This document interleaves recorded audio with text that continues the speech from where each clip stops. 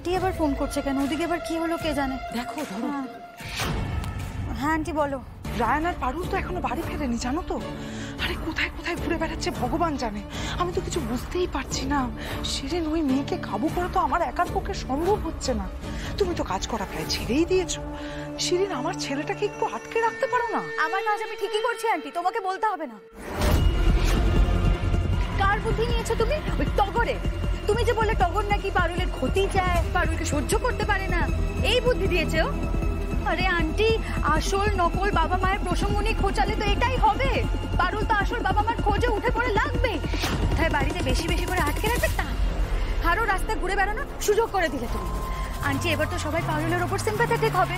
কাকে পাশে পাবে তুমি? হ্যাঁ তাহলে কি করবো শিরিন?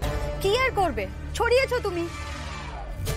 দাঁড়াও, এইভাবে হবে না। পারুলকে টাইট দেওয়ার জন্য অন্য কিছু ভাবতে হবে।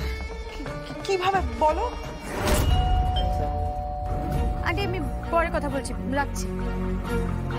ছড়ালাম। আসছি। মম দেখছি।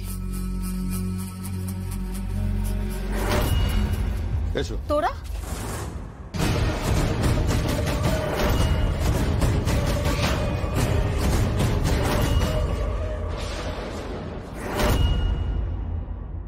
তোরা তোরা কি করছিস এখানে? ওরা আমার সাথে কথা বলতে এসেছে। কেন? কি কি কথা বলতে এসছে আর বাড়িতে কেন এসছে? মামা দরকার আছে। হ্যাঁ কি দরকার আছে শুনি। আমার ড্যাডের সাথে তো কি দরকার আছে, কি আলোচনা করবার আছে যে রাস্তায় দেখা হওয়ার পরেও বাড়িতে এসে আলোচনা করতে হবে শুনি? ওহ মাম্মা, সবসময় ঝগড়ার মুখে থেকো না। পারুল একজনের খোঁজ খবর করছে, আমার কাছে বাড়িতে তার ডিটেলস আছে, তাই আমি পারুলকে সঙ্গে করে নিয়ে চলে এলাম।